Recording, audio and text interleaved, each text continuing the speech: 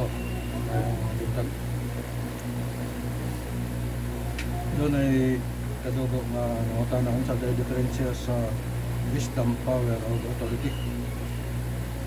Ang akong immortal nga magtutudlo, Espiritu Santo nga ni agap ni David sa daghan sa lampo sa tanan lakang ni David. Siya po ang akong magtutudlo karon. Nagsulti siya. Abrihi ang publiko tao, tubaga ang ilang pangutana. Doon ay powerful nga nilalang, pero walay wisdom. Ambot niya pasabot ka nang naadya sa palasyo nga nagbarog kilid sa Pasig River. Mao nay powerful pero walay wisdom. Ay ang gugma nga naghari sa iyang kasing-kasing, pagsimba man sa Diyos nga binuhat Central Bank kanang mga tuniladang basura hakot sa iyang mga bagman. Pero wala ko magkilabot ana kay wala man ko'y authority. Di ka na sa akong magtutudlo, immortal na akong magtutudlo. Kaya kung manghilabot mangod ko sa mga negatibong lihok sa akong mga kadugo, ako'y mahimong dautan at tubangan sa mga buhing anghel sa langit. Kinahanglan ang trabaho sa ulipon, obey lang ng obey, palo ng palo sa order sa iyang general, order sa akong magtutudlo. Doon na po'y nilalang na doon ay wisdom pero walay authority. Kining inyong kadugo, ipo'y ani sa wisdom sa Espiritu Santo, pero ang authority dito niya ihatag sa akong immortal body, ang kaliwat sa Diyos.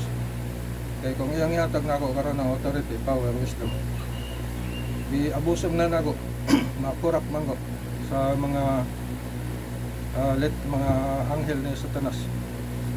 Pare ako datong na-claim nga Son of God sa South Mindanao. Na let siya.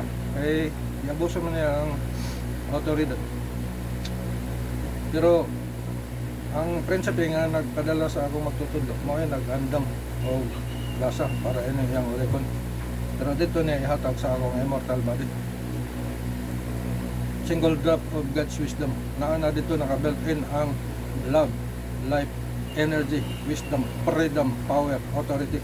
Ito ka substance. Pero ilalom siya sa supervise, sa prinsipe o sa hari.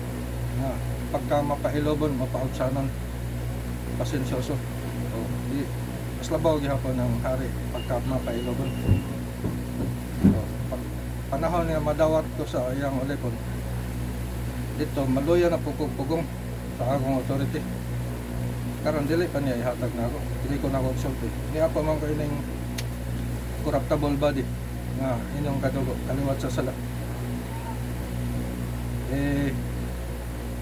Wala pa ko dili pa hustong panahon ba.